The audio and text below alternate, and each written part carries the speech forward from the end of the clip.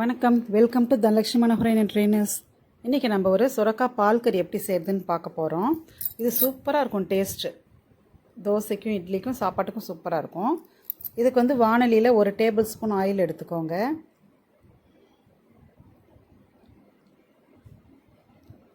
Oil சூடானதும் கொஞ்சம் கடுகு உளுத்தம் பருப்பு சேர்த்திக்கோங்க.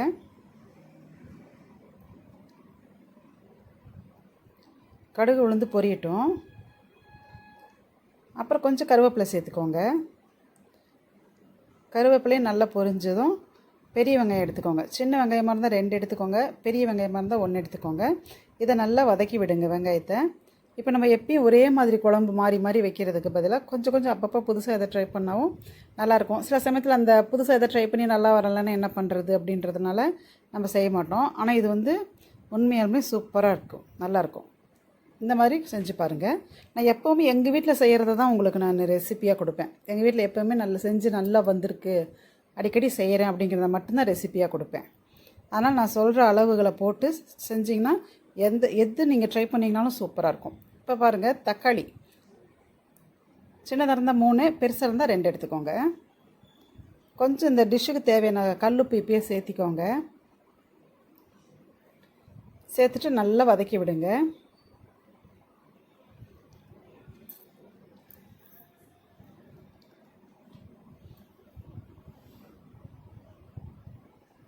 பாருங்கள், தக்காளி நல்லா வதங்கிடுச்சு.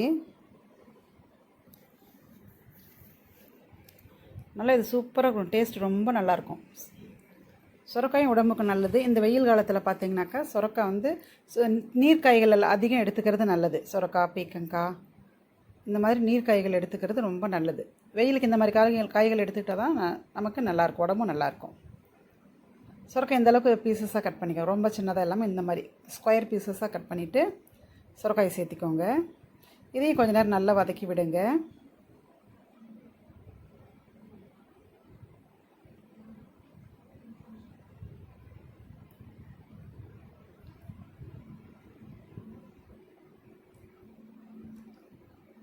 காய் ஓரளவுக்கு வதங்கி வரட்டும்.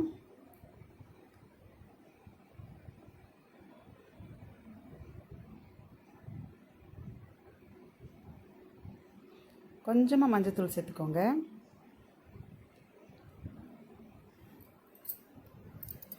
இதுக்கு தேவையான அளவு மிளகாத்தூள் சேர்த்துக்கோங்க. நல்லா 1 டீஸ்பூன் போல் மட்டன் மசாலா சேர்த்துருக்கேன். இப்போ பால் கறின்னு பார்த்திங்கன்னா வெள்ளையாக தான் இருக்கும். அப்போ என்னென்னா இந்த மிளகாத்தூளும் மட்டன் மசாலாவும் சேர்த்த மாட்டாங்க. காரத்துக்கு வந்து பச்சை மிளகாய் தான் அரைச்சி ஊற்றுவாங்க. ஆனால் எங்கள் வீட்டில் இப்போ பாருங்கள், பால் வந்து ஒரு 200 ml சேர்த்துருக்கேன். இப்போ எங்கள் வீட்டில் குழம்பு வந்து வெள்ளையாக இருந்தால் அவ்வளோவா பிடிக்காது.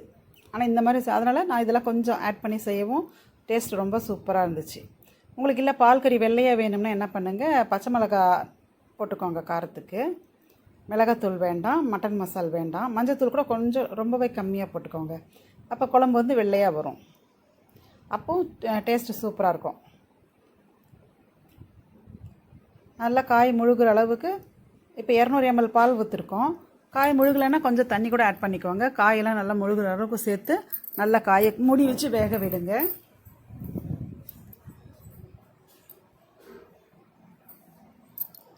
காய் பாருங்கள் நல்லா வெந்து வந்துருச்சு. நல்லா சாஃப்டாக வேகணும் காய்.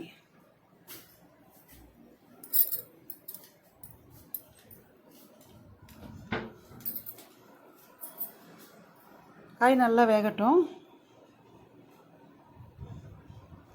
இப்போ நம்ம வந்து இந்த காய்க்கு தேவையான தேங்காய் மசாலா கொஞ்சம் அரைச்சிட்டு வந்துடலாம்.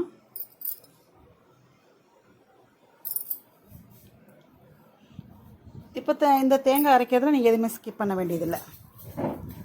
இப்போ அங்கே நம்ம மிளகாத்தூள் போடலை அப்படின்னா இங்கே பச்சை மிளகாய் அதிகமாக எடுத்துக்கலாம். ஒரு சின்ன மூடி அளவுக்கு தேங்காய் எடுத்திருக்கேன்.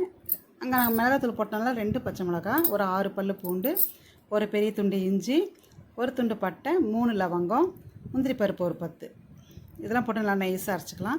இப்போ அங்கே மிளகாத்தூள் சேர்த்துலனா உங்கள் காரத்துக்கு தகுந்த பச்சை மிளகாய் இங்கே சேர்த்திக்கோங்க. நல்லா தண்ணி விட்டு நைஸாக அரைச்சிட்டு வந்துடலாம். நல்லா காய் நல்லா சூப்பராக வெந்ததும் இந்த தேங்காய் மசாலா சேர்த்துக்கோங்க.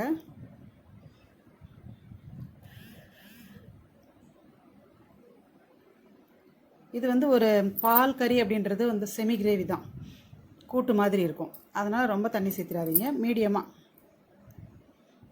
ரொம்ப தண்ணியாக இல்லாமல் மீடியமாக வச்சுக்கோங்க. எல்லாம் கலந்து ஒரு கொதி வரட்டும்.